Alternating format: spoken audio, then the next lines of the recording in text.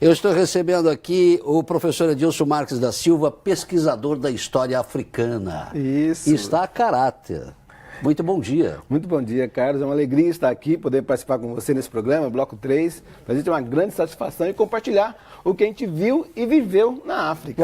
A alegria é toda nossa. O senhor partiu daqui para a África em que ano? Olha, nós produzimos um programa para contar a história da África e aí nós queríamos vender esse programa para televisão.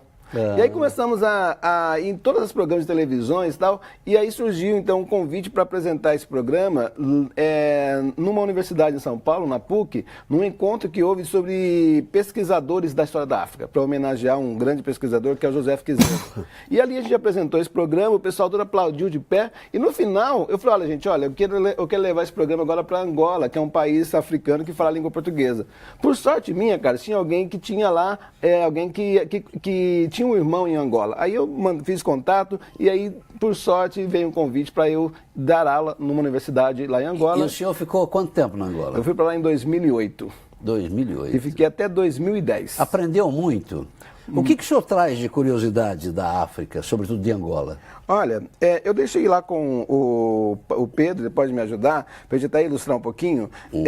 Angola é um país africano onde ele tem mais de 20 línguas. Né? Então, o que acontece com as línguas? A língua cada povo tem uma língua. São 3 só que falam português? 3? Angola, Moçambique? Não. Os países que falam Moçambique, na África nós temos Angola. Moçambique, Cabo Verde, Guiné-Bissau. Então já são mais de 3. Já, sim, né? E então são os lusófonos, né? Os países que falam português. E o Brasil aqui também. Então nós temos uma comunidade muito grande, né? Que falam português na África. E é isso que me chamou a atenção. A gente não lembra, mas Angola tem 5 mil. A cidade de Luanda, que é a capital, tem 5 milhões de habitantes. E 5 milhões de pessoas falando português. Então é um grande mercado, são pessoas que consomem novela, que consomem produtos brasileiros, consomem roupa, né, que tem contato com a cultura brasileira e gente que consome. Então é isso que me chamou a atenção de ir para o continente africano, para conhecer aquela realidade lá. E o que o senhor pôde aprender durante todos esses anos aí como professor na África? Olha, o que eu pude aprender? Primeiramente, a questão como você estava falando, da língua. Né?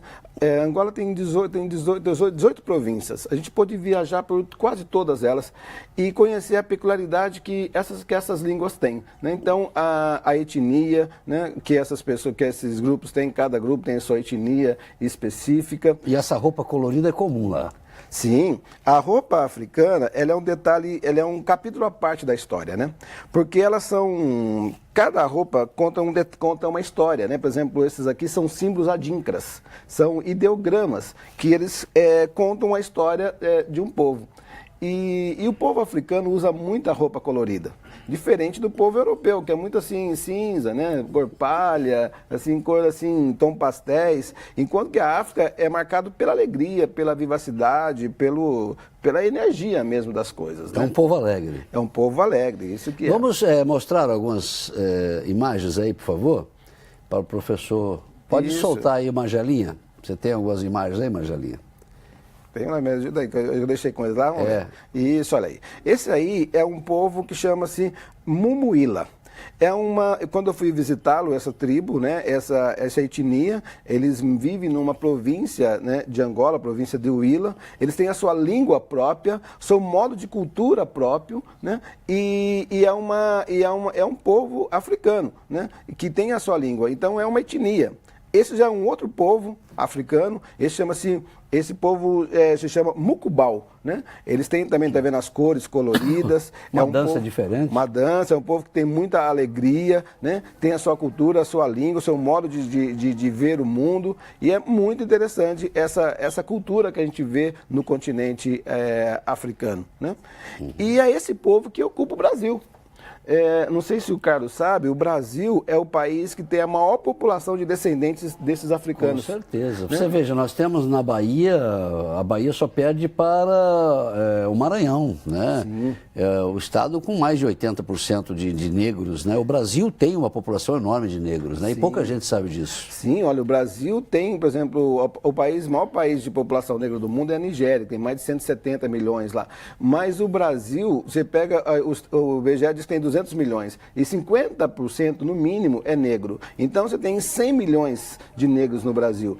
Angola, onde eu vivi, a população é 15 milhões. Então, e o Brasil tem 100 milhões. Então no Brasil tem muito mais negros do que em Angola. Na África do Sul, onde eu vivi também, a população lateralmente é 20 milhões. O Brasil tem 100 milhões de negros. Nenhum outro país da África, com exceção da Nigéria, tem mais negros do que o Brasil. Agora, professor, nós temos também a miséria que assola a África, alguns países, né? A Etiópia, alguns países que sofrem muito a disseminação de doenças. Como é que o senhor viu esse lado triste da África? Sim. Você tem um lado alegre, você tem um lado cultural, nós temos esse lado triste também, lamentavelmente, né? Sim, porque quando a gente vai trabalhar no nosso evento, né, que é uma oficina sobre história da África, nós vamos contando parte a parte da história, né, onde nós vamos ter as primeiras civilizações do mundo, Egito e Etiópia, nós vamos ter os grandes reinos. Até o ano 1000 depois de Cristo, o reino mais rico do mundo era justamente o reino de Gana. Mas agora nós estamos em 2017, nós estamos vendo a África marcada por pobreza. E é justamente aonde estava a riqueza da África. A riqueza da África veio para o mundo ocidental, né? Aonde você tem a riqueza, tudo que é ouro, pedras preciosas, tudo que você tem de rico da África vem para alimentar os países europeus e países aqui do Ocidente, né? Então não tem como desvincular a miséria da África com a riqueza da Europa. Não tem como. Professor, nós vamos ter essa oficina sobre a história da África. Nós temos um cartaz, gostaria também, será que ele pode me ajudar a colocar o cartaz lá? Margelinha, você tem o nosso diretor de imagem, o Margelinha, posicione aí o cartaz, né? Essa oficina, né? Uhum. Tem a programação toda aí, as primeiras civilizações, o Egito, Etiópia, as organizações das sociedades africanas, os grandes reinos africanos, o contato África e Europa, né? Certificado de 4 horas de aula, válido como atividade extracurricular. Isso mesmo. É importante porque a gente acaba conhecendo um pouco da própria história, já que nós temos muitos descendentes aqui, né? Sim, nós temos então. E o mais importante, Carlos, é que existe a Lei 10.639, que torna esse tema um tema obrigatório no currículo escolar das escolas de ensino particular e público, ensino fundamental, né? E os professores têm muita dificuldade de trabalhar esse tema, por quê? Porque não conhecem. Nós não estudamos esse tema nas nossas escolas. Então, os professores têm que ensinar algo que ele não conhece. Então, o objetivo dessa oficina é justamente para que o professor possa ter mais tranquilidade em trabalhar esse tema. Por exemplo, porque o tema da história da África é muito rico. Por exemplo, um professor de matemática. Só com esse primeiro tema aqui, olha, as primeiras civilizações, Egito e Etiópia. Cara, as pessoas têm dificuldade de associar Egito com África. Uhum. O pessoal coloca o Egito em qualquer lugar do mundo, menos na África. Só que o Egito é onde nasce a matemática, onde nasce a medicina, onde nasce a arquitetura, onde nasce a engenharia, onde nasce a navegação. Tudo que nós temos hoje, a mais avançado, a base é o Egito. Então o que você tem que fazer com o Egito? Tira ele da África, coloca na Europa. A verdade é que nós somos meio perdidos geograficamente falando, né? Eu lembro do dia, um aluno falou assim para o professor: professora, as pirâmides ficam na África? A professora respondeu: larga a mão de ser ignorante, moleque, as pirâmides ficam no Egito. Hein?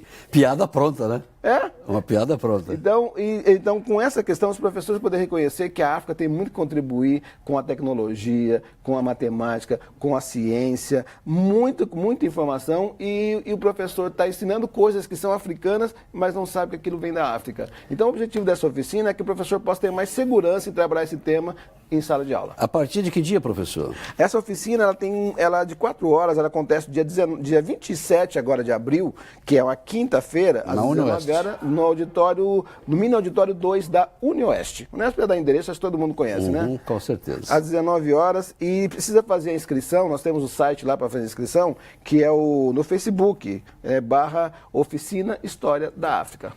Então, muito bem, conversei aqui com Edilson Marques da Silva, pesquisador em História da África. E veio, inclusive, aqui a caráter.